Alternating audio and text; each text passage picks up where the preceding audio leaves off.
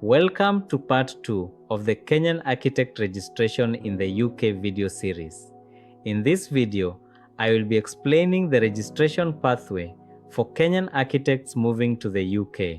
We will cover the timeline, visa pressures, living expenses, and the salary you may receive after registration. And most importantly, we will ask whether the investment is financially worthwhile.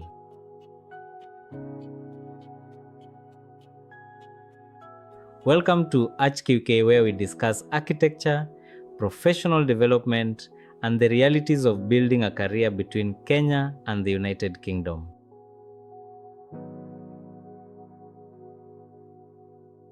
In the last video, we asked, how long could the entire journey take? Well, for planning purposes, a realistic assumption for a Kenyan architect who already has substantial education and experience may be approximately 18 to 30 months. This is not a guaranteed ARB timeline.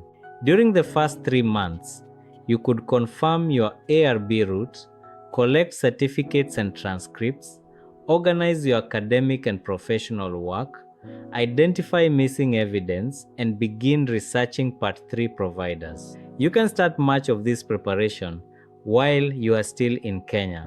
Between months 3 and 9, you may complete the equivalence application, refine your portfolio, and begin adjusting to the UK employment market.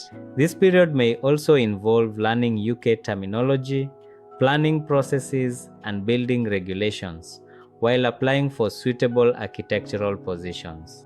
Between approximately months 6 and 24, you could be gaining relevant professional experience. This period may overlap with the equivalence process. Your progress will depend heavily on how quickly you secure suitable work and whether your previous experience from Kenya is accepted by your Part 3 provider. Part 3 itself may take approximately 8 to 12 months and is often completed while working.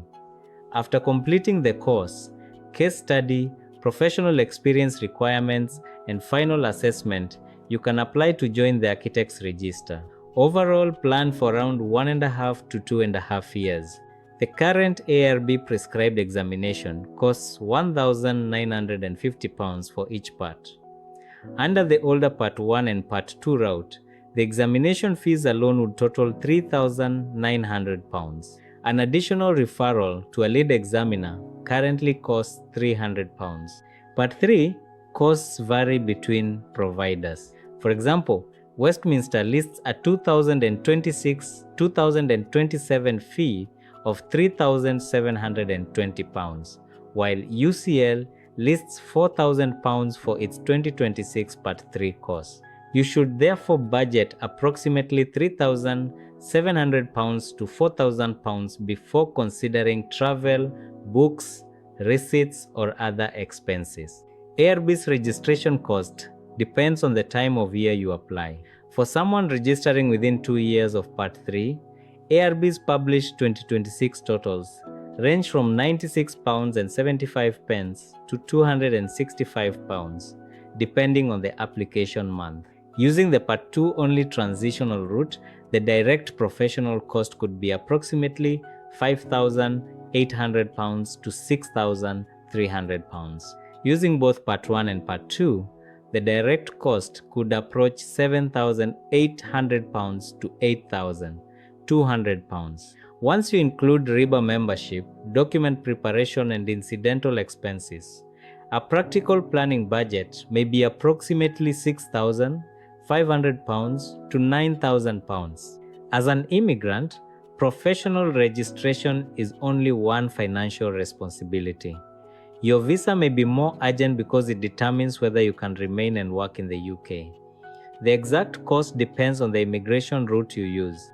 For a standard skilled worker application made outside the UK, the 2026 application fee is £819 for up to 3 years and £1,618 for more than 3 years. The immigration health surcharge is normally £1,035 for each year.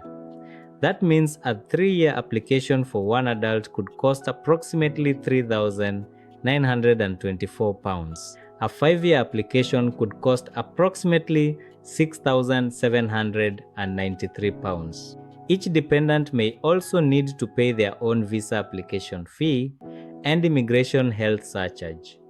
Therefore, a spouse and children can multiply the total immigration cost very quickly. Some routes, such as the eligible health and care worker route, operate differently, so always calculate the cost for your own visa category.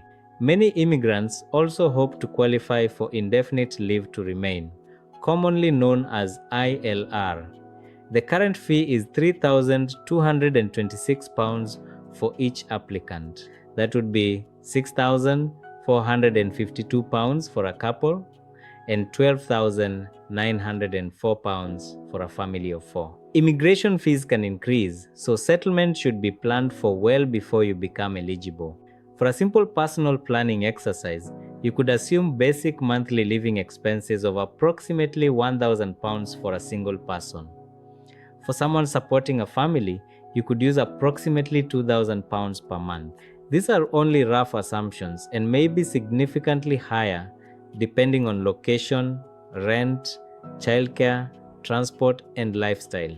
Over an 18 to 30-month registration period, that could represent £18,000 to £30,000 for a single person. For a family household, it could represent £36,000 to £60,000. You would still have living expenses without pursuing registration, but all these costs compete for the same income and savings. A newly qualified UK architect may commonly encounter salaries beginning around the high £30,000 range, although location and the employer make a major difference. RIBA's salary reporting places the median for a salaried architect registered for 5 years or more at approximately £45,000. The reported median rises to around £53,000 for associates or associate directors and approximately £64,000 for salaried partners or non-shareholding directors. Remember that these are gross salaries before deductions.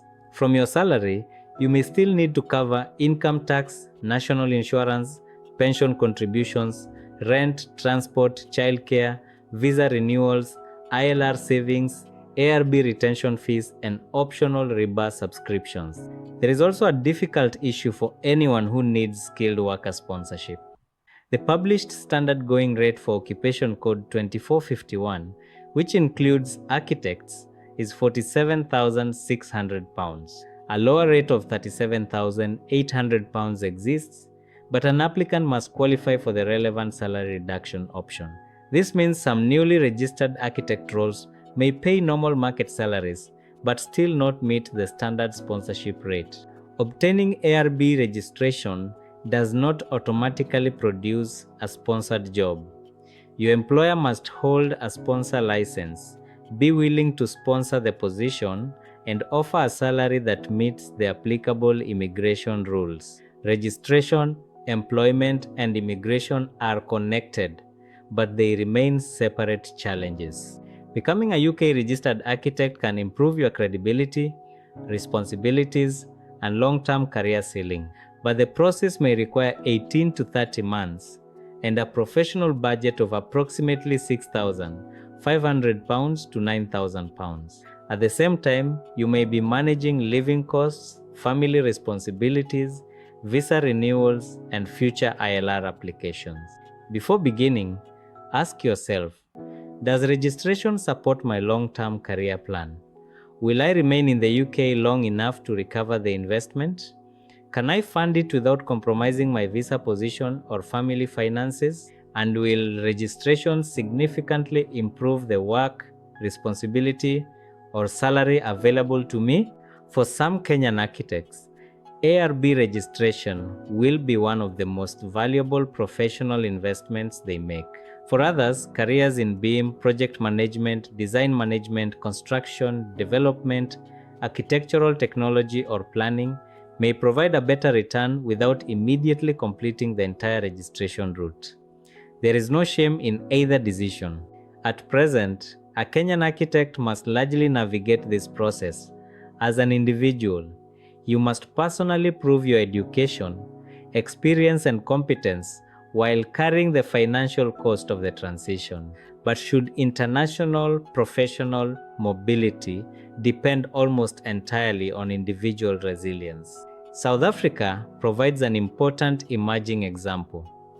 ARB and the South African Council for the Architectural Profession, known as SACAP, are developing a mutual recognition agreement. As of July 2026, ARB says drafting is underway, but the final agreement still requires approval and should not yet be treated as an operational UK registration route. This leads to a question that deserves its own video. What active steps are Kenya's architectural academic institutions, BORACs and AAK, taking to improve this transition process? Could stronger academic alignment, regulatory cooperation, and international agreements reduce unnecessary repetition for Kenyan architects moving abroad? The potential of African architects is already evident globally. Ghanaian British architect David Adjaye was the lead designer of the Smithsonian National Museum of African American History and Culture in Washington, D.C.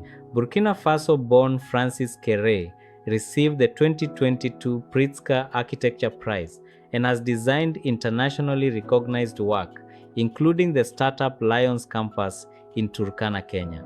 The issue is not whether African architects possess talent. The question is whether our academic, professional, and regulatory institutions are creating frameworks that allow that talent to travel.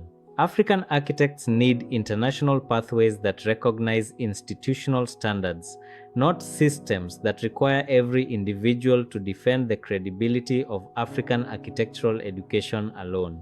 In the next video, we will explore what BORACs, AAK, and Kenya's architectural schools could practically do to strengthen the international recognition of Kenyan architects. That conversation is bigger than one person's registration journey. Let me know in the comments whether you are currently practicing in Kenya, preparing to relocate, or already working within the UK architectural industry. And do you believe Kenya should actively pursue mutual recognition arrangements with regulators such as ARB? Subscribe to HKUK for more honest conversations about architecture, migration, and professional growth. Thank you for watching. Until the next one, Tuki out.